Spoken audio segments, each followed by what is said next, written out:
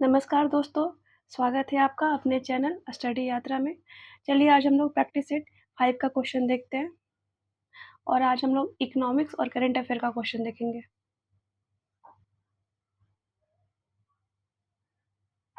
चलिए पहला क्वेश्चन देखते हैं।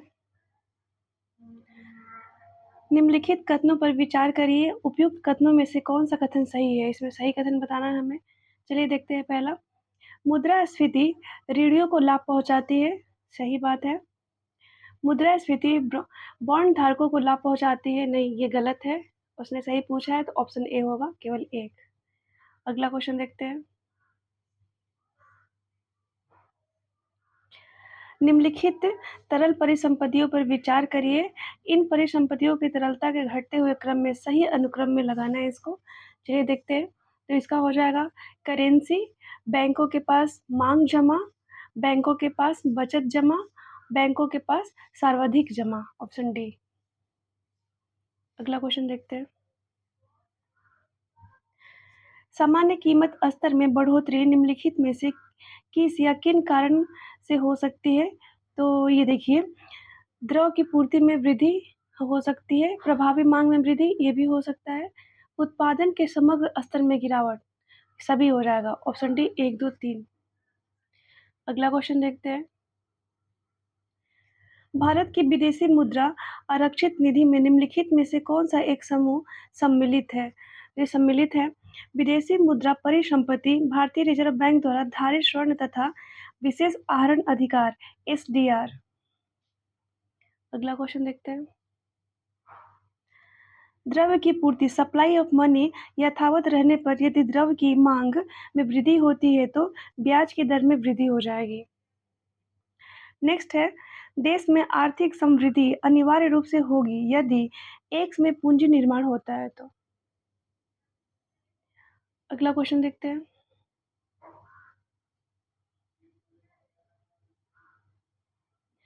ग्रामीण परिवार को निम्नलिखित में से कौन सीधी ऋण सुविधा प्रदान करते हैं या करती है? तो देखिए, क्षेत्रीय बैंक करता है, नाबार्ड नाबार्ड करता है, कृषि और ग्रामीण विकास के लिए राष्ट्रीय बैंक और भूमि विकास बैंक, ये तीनों करता है। नहीं सॉरी, एक मिनट, नाबार्ड नहीं करता है, कृषि और ग्रामीण विकास के लिए राष्ट्रीय बैंक नहीं करता है, बाकी क्षेत्रीय बैंक, क्षेत्रीय ग्रामीण बैंक और भूमि विकास बैंक करता है। तो हो जाएगा ऑप्शन सी 1 और 3। अगला क्वेश्चन देखते हैं। भुगतान संतुलन के संदर्भ में निम्नलिखित में से किससे चालू खाता बनता है? तो व्यापार संतुलन से बनता है, अदृश्यों का संतुलन से बनता है, तो बस हो जाएगा ऑप्शन सी। अगला क्वेश्चन है, जोखिम पूंजी, वेंचर पूंजी से क्या तात्पर्य है? इसका तात्पर्य है नए उद्यमों की उपलब्धता कराई गई दीर्घकालीन प्रारंभिक पूंजी। नेक्स्ट क्वेश्चन, शाखा रहित क्षेत्रों में व्यावसायिक व्यावसायिक संवाददाताओं बैंक साथी की सेवाओं द्वारा लाभार्थियों की कौन सी सुविधा प्राप्त होती है? तो इनको प्राप्त होती है, यह लाभार्थी को अपने गांव में अपने सहायक और सामाजिक सुरक्षा लाभ प्राप्त करने योग्य बनाती है, सही है। यह ग्रामीण क्षेत्रों में लाभार्थियों को धनराशि जमा करने व आहरण करने में योग्य बनाती है, तो ये बात दोनों बात सही है, ऑप्शन सी। अगला क्वेश्चन है, किसी देश की कर से जीडीपी के अनुपात में कमी क्या सूचित करती है? तो ये सूचित करती है आर्थिक वृद्धि दर धीमा होना, ऑप्शन ए। नेक्स्ट क्वेश्चन है, निम्नलिखित में से कौन औद्योगिक कर्मकारों के लिए उपभोक्ता कीमत सूचकांक consumer price index number for industrial workers निकालता है? तो ये निकालता है श्रम ब्यूरो। चलिए अगला क्वेश्चन देखते हैं। भारतीय अर्थव्यवस्था के संदर्भ में निम्नलिखित कथनों पर विचार करिए। चलिए विचार करते हैं। पहला है, पिछले दशक में वास्तविक सकल घरेलू उत्पाद की वृद्धि दर लगातार बढ़ती रही है, गलत है। पिछले दशक में बाजार कीमतों पर रुपयों में सकल घरेलू उत्पाद लगातार बढ़ता रहा है, ये बात सही है, तो हो जाएगा ऑप्शन बी, केवल 2 सही है। चलिए अगला क्वेश्चन देखते हैं। नेक्स्ट क्वेश्चन है, भारतीय अर्थव्यवस्था के संदर्भ में निम्नलिखित पर विचार करिए और उपयुक्त में से कौन सा मौद्रिक नीति का घटक है? चलिए देखते हैं। पहला है बैंक दर, ये है। दूसरा है खुली बाज़ार कार्रवाई ओपन मार्केट ऑपरेशन, ये भी है। लोक ऋण, ये नहीं है। लोक राजस्व, ये भी नहीं है। तो इसने पूछा है कौन से घटक है, तो 1 और 2 हो जाएगा ऑप्शन सी। अगला क्वेश्चन देखते हैं, 15 नंबर क्वेश्चन। भारत में मुद्रास्फीति के संदर्भ में निम्नलिखित कथनों में से कौन-सा सही है? तो देखिए, घटा हुआ मुद्रा परिचालन मनी सर्कुलेशन मुद्रास्फीति के नियंत्रण में सहायता करता है, ये बात सही है। अगला क्वेश्चन देखते हैं। वर्ष प्रति वर्ष निरंतर घाटे का बजट रहा है। घाटे को कम करने के लिए सरकार द्वारा निम्नलिखित में से कौन-सी कार्रवाई की जा सकती है? तो देखते हैं इसमें। देखिए, राजस्व व्यय में कमी लाना, ये किया जा सकता है। उसके बाद उत्पादों, सब्सिडी या युक्तिकरण करना, ये भी कर सकते हैं। तो हो जाएगा ऑप्शन ए, 1 और 3। अगला क्वेश्चन देखते हैं। निम्नलिखित में से कौन से वे सूचक हैं जिसका या जिनका IFPRI द्वारा वैश्विक भुखमरी सूचकांक ग्लोबल हंगर इंडेक्स रिपोर्ट बनाने में उपयोग किया जाता है? देखिए, अल्पपोषण, शिशु मृत्यु दर और शिशु वृद्धि रोधन, ये तीनों होता है। तो ऑप्शन सी हो जाएगा। अगला क्वेश्चन देखते हैं। भारत में वित्तीय समावेशन को प्रोत्साहित करने की दृष्टि से भुगतान बैंक, पेमेंट बैंक की स्थापना की जा रही है। इस दृष्टि से निम्नलिखित कथनों में से कौन-सा कथन सही है? चलिए देखते हैं।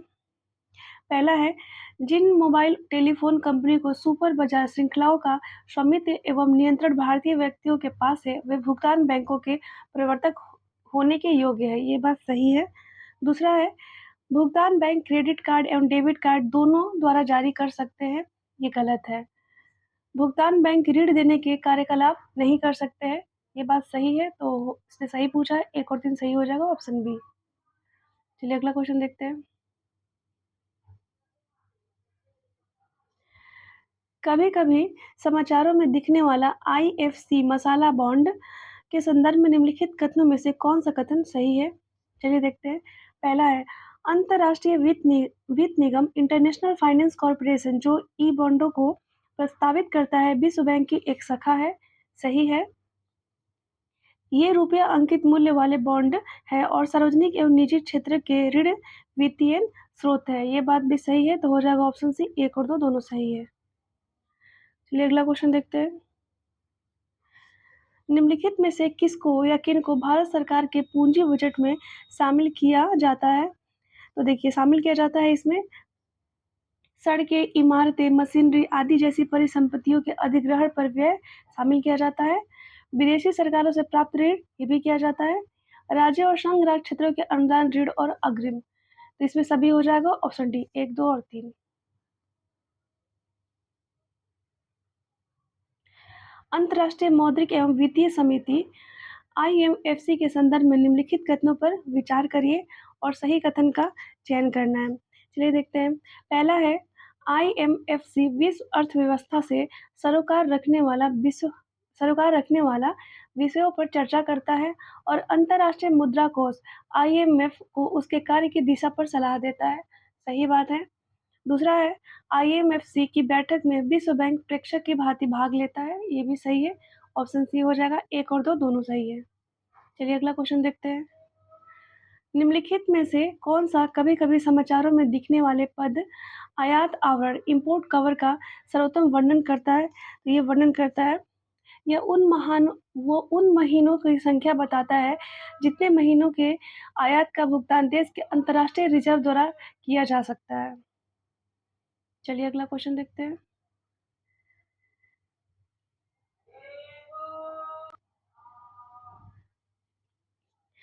अगला क्वेश्चन है, कोर बैंकिंग समाधान पद कभी-कभी समाचारों में देखा जाता है, निम्नलिखित कथनों में से कौन-सा इस पद का सही वर्णन करता है?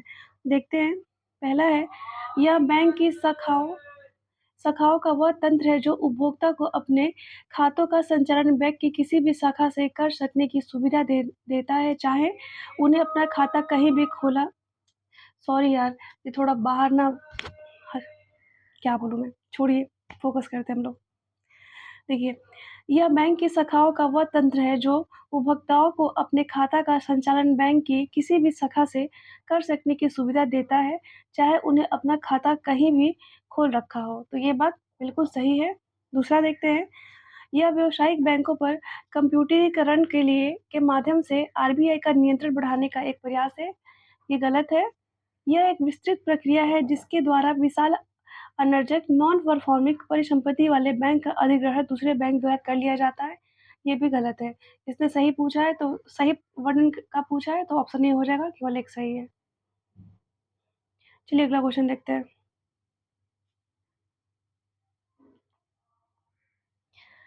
आरबीआई द्वारा घोषित कोष की सीमांत लागत पर आधारित उधारी दर एमसीएलआर का उद्देश्य क्या है? तो इसका उद्देश्य है यह दिशा निर्देश उधारों की ब्याज दरें निर्धारित करने हेतु बैंकों द्वारा अपनाई गई विधि में पारदर्शिता बढ़ाने में मदद करता है। ये बात सही है। ये दिशा निर्देश बैंक साख की उपलब्धता ऐसे ब्याजों दरों की सुनिश्चित करने में मदद करते हैं जो ऋण लेने वाले एक बैंक दोनों के लिए न्याय संगत होता है। ये भी सही है, तो ऑप्शन सी हो जाएगा, दोनों सही है। चलिए अगला क्वेश्चन देखते हैं। वित्तीय स्थिरता और विकास परिषद financial stability and development council के संदर्भ में निम्नलिखित कथनों पर विचार करें। चलिए विचार करते हैं। यह नीति आयोग का एक अंग है, गलत है। संघ का वित्त मंत्री इसका प्रमुख होता है, सही है।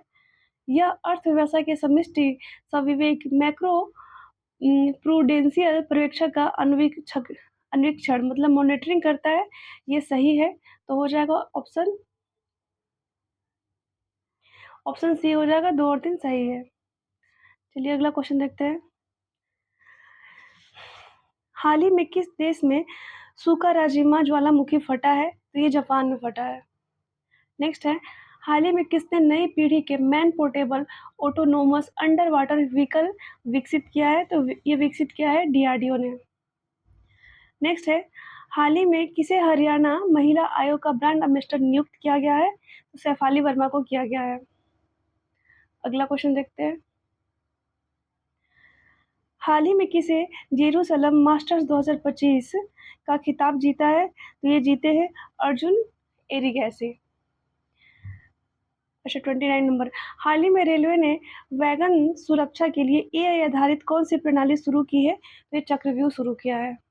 नेक्स्ट है, हाल ही में किस राज्य में बाल विवाह में 47% की वृद्धि हुई है? झारखंड में हुई है। नेक्स्ट क्वेश्चन है, हाल ही में किस देश में यह मरी त्योहार मनाया गया है? ये नेपाल में मनाया गया है। हाल ही में पीएमओ का नाम बदलकर क्या रखा जाएगा? तो कर्तव्य भवन। नेक्स्ट क्वेश्चन देखते हैं।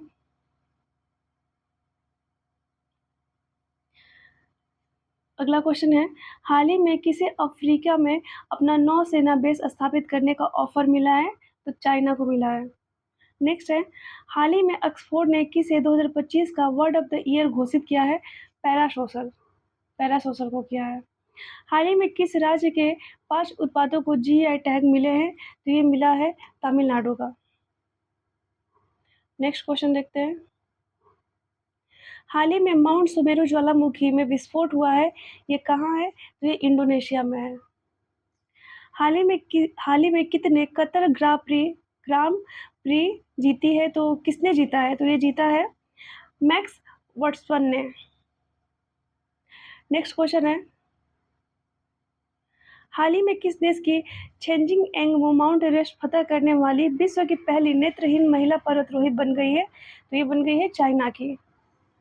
नेक्स्ट है, हाल ही में जारी डब्ल्यूएचओ की रिपोर्ट के अनुसार किस देश में एचआईवी संक्रमण तेजी से बढ़ रहा है? तो ये बांग्लादेश में बढ़ रहा है।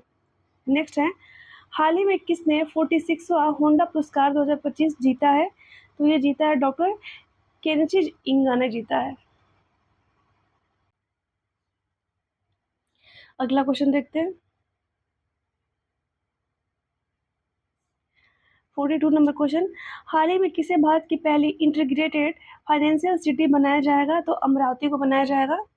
नेक्स्ट है, हाल ही में किसने युद्धपोत उत्पादन और अधिग्रहण के नियंत्रण का पदभार संभाला है? तो बी शिव कुमार।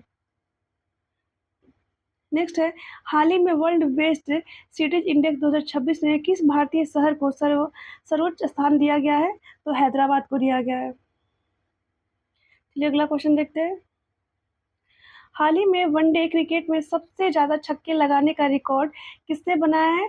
तो रोहित शर्मा ने बनाया है। अगला क्वेश्चन देखते हैं।